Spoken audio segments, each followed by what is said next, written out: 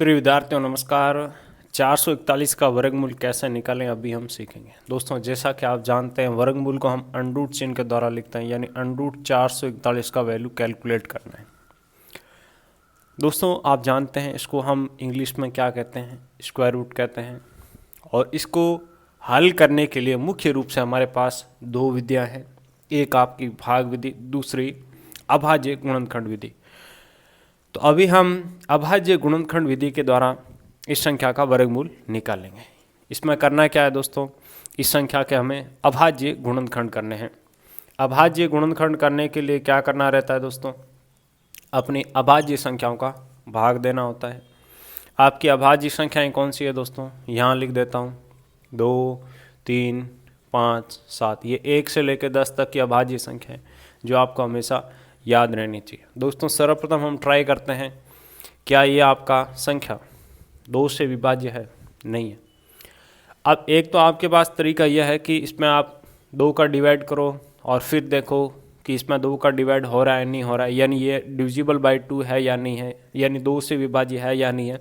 दूसरा क्या तरीका है, एक छोटा सा नियम याद कर लो। वो नियम क्या है, यदि किसी संख्या का इकाई अंक 0, 2, 4, 6, 8 इनमें से कोई हो तो वे संख्या आपकी 2 से डिविजिबल रहती है। इसका इकाई अंक देख लो कितना है, 1, इनमें से नहीं, मतलब 2 से डिविजिबल नहीं। लेकिन ये आपकी 3 से डिविजिबल है, यानी 3 से विभाज्य है। तो इसमें 3 का मैंने भाग दिया, 441 में 3 का भाग दिया तो आपके पास कितना आएगा, 1, 4, 7, कितना आ गया, 147 आ गया। ठीक है, उसके बाद फिर इसमें आपका 3 का भाग जा रहा है, कितनी बार, 3 बार,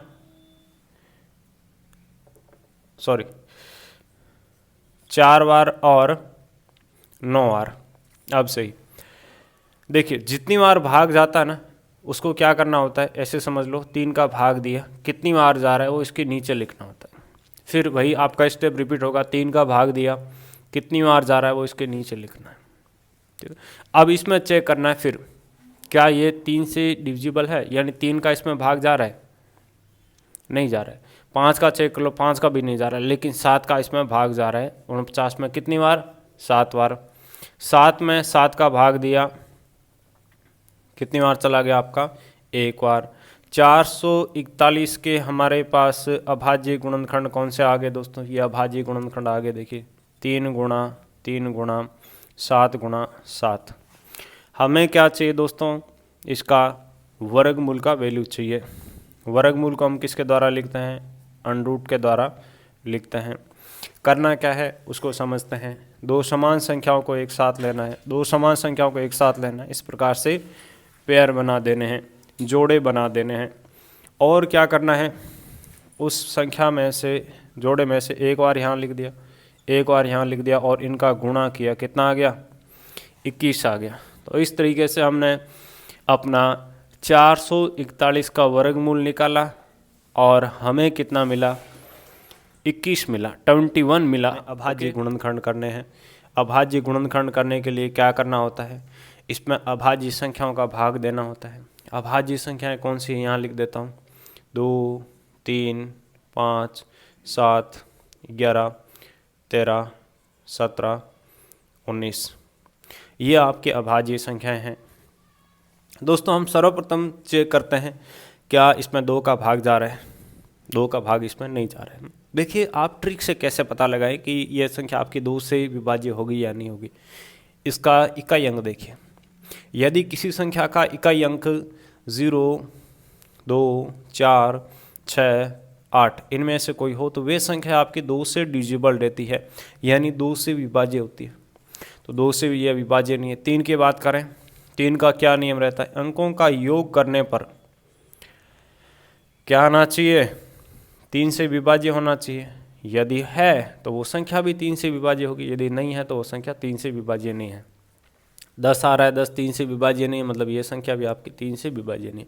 5 का चेक कर लो, इकाई अंक क्या होना चाहिए, 0 या 5 होना चाहिए। देखिए ये नियम मैं आपको क्यों बता रहा हूँ, क्योंकि मैथमेटिक्स में सबसे जो डिफ़िकल्ट काम मैं मानता हूँ वो होता है कैलकुलेशन। यदि कैलकुलेशन आपकी अच्छी है तो मैथमेटिक्स आपके लिए आसान हो जाती है। तो कैलकुलेशन अच्छी कब होगी, जब उसका आपको बेसिक पता हो। ठीक है, अब इसमें डिवाइड करते 2 का, फिर 3 का डिवाइड करते, फिर 5 का करते हैं तो मुश्किल हो जाता है। नहीं तो डायरेक्ट नियम लगाओ, चेक कर लो और आगे बढ़ो। ठीक है, 7 का डिवाइड चेक कर लेते हैं। यहाँ पे आपका 7 चौक 28 और 7 का भी डिवाइड नहीं हो रहा है। 11 का चेक कर लो, नहीं हो रहा है। 13 का नहीं हो रहा है। 17 का नहीं हो रहा है। 19 का चेक करते हैं तो 19 का डिवाइड कर दिया मैंने इसमें। 19 का 19 द्विवर्ती होता है तो एक बार डिवाइड हो रहा है। ठीक है, 19 आ गया, यहाँ पे आ गया मेरे पास इतना 7 1 और इस 1 को यहाँ ले आया। अब दोस्तों 19 को हम गुणा करते हैं 9 से। 9 9 81, 8 कैरी चला गया, यानी कितनी बार 9 बार डिवाइड चला गया। कितना आ गया 171 माइनस किया 0 आ गया। यानी दोस्तों ये आपका 19 तक किसी से भी डिवाइड नहीं हुआ। अब 19 से ये आपका डिविजिबल है। डिविजिबल का मतलब क्या है, जब आप डिवाइड करेंगे तो आपके पास सेंसफुल क्या आएगा, 0 आएगा। 19 का हमने डिवाइड किया, कितनी बार हुआ, 19 बार हुआ। फिर 19 में 19 का डिवाइड किया, कितना, एक बार। तो 361 के हमारे अभाज्य गुणनखंड क्या आ गया, देखिए 19 गुणा 19। हमें क्या चाहिए, इसका वर्गमूल का वैल्यू। करना क्या है, बिल्कुल सिंपल है, दो समान संख्याओं का जोड़ा बनाया और उसमें से इस संख्या को एक बार यहाँ लिख देना है। तो 361 का वर्गमूल कितना आ गया दोस्तों, आपका 19 आ गया। ठीक है, इस संख्या के हमें अभाज्य गुणनखंड करने हैं, यानी प्राइम फैक्टर निकालने हैं। प्राइम फैक्टर निकालने के लिए हमें क्या करना है, अपना प्राइम नंबर से डिवाइड करना है, यानी अभाज्य संख्याओं का भाग देना है। 2 3 5 7, 1 से लेकर 10 तक की ये 4 आपकी अभाज्य संख्या हैं। सर्वप्रथम 2 से हम भाग देना शुरू करते हैं। देखिए 400 में हमने 2 का भाग दिया, कितना मिल गया, 200। जितना आ रहा है वो इसके नीचे लिखना है। फिर इसमें 2 का भाग दिया, कितना, 100 मिल गया। फिर इसमें 2 का भाग दिया 100 में, कितना, 50 मिल गया। 50 में 2 का भाग दिया दोस्तों मैंने, कितना, 25 मिल गया। ठीक है, अब 25 में आपका 2 का भाग नहीं जा रहा है तो फिर आगे 3 का चेक किया, नहीं जा रहा है। 5 का भाग जा रहा है 25 में, कितनी बार, 5 बार। 5 में 5 का भाग जा रहा है दोस्तों, एक बार। तो यहाँ पर हमारे पास 400 के अभाज्य गुणनखंड कौन से आ गए, यहाँ लिख देता हूँ।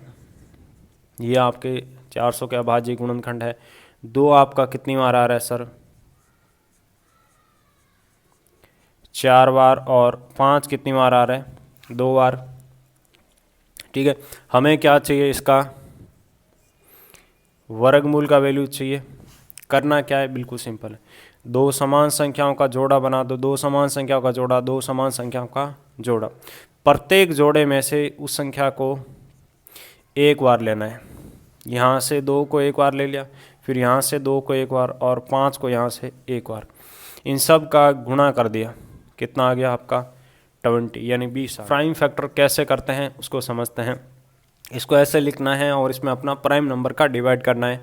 प्राइम नंबर कौन से होते हैं, 2 3 5 7, 1 से लेकर 10 तक की अभी हमें ज़रूरत पड़ेगी, जो हमने लिख दिया। सर्वप्रथम 2 से डिवाइड करना है। तो देखिए 196 में यदि हम 2 का डिवाइड करते हैं तो आपको कितना मिलता है, 98 मिलता है। ठीक है, तो जितना डिवाइड करने पर मिला है वो इसके नीचे लिख देना है। फिर इसमें 2 का डिवाइड किया, कितना मिल गया, 49 मिल गया सर। अब क्या हो रहा है, ये 49 जो है वो आपका नॉट डिविजिबल बाय 2, यानी ये आपका 2 से विभाज्य नहीं है। आगे गए 3 का चेक किया, नहीं है। 5 का चेक किया, नहीं है। 7 का इसमें डिवाइड हो रहा है 49 में, कितना, 7 बार। 7 में 7 का आपका एक बार डिवाइड हो रहा है।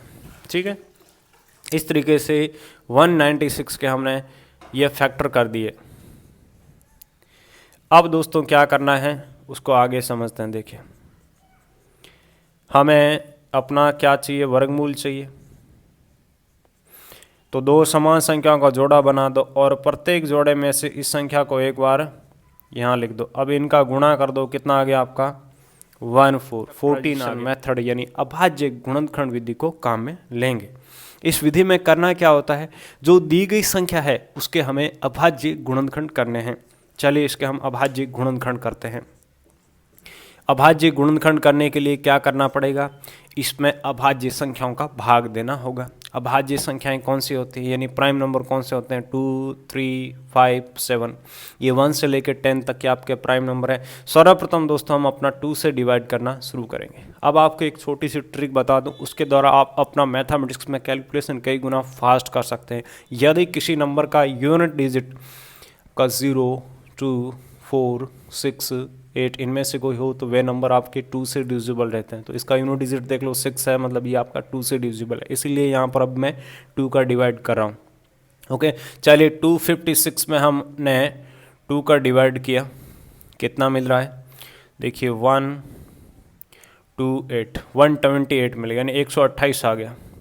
फिर इसमें 2 का डिवाइड किया, यहाँ डायरेक्ट लिख रहा हूँ, 64 आ गया। फिर इसमें 2 का डिवाइड किया, 32 आ गया। 32 में 2 का डिवाइड किया, 16 आ गया। 16 में 2 का डिवाइड किया, 8 आ गया। 8 में 2 का डिवाइड किया, 4 आ गया। 4 में 2 का डिवाइड किया, 2 आ गया। 2 में 2 का डिवाइड किया दोस्तों, हमारा 1 मिल गया। कितना मिल गया, हमें 1 मिल गया। अब दोस्तों मैं जो बात बोलूँगा उसको ध्यान से सुनना। हमें क्या चाहिए, 256 का स्क्वायर रूट यानी अंडर यानी वर्गमूल। तो क्या करना है, दो समान संख्याओं का इस प्रकार से पेयर बना देना है।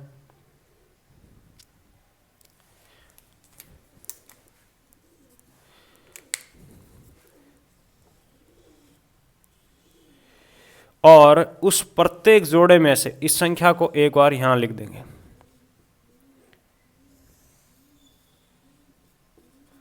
ठीक है,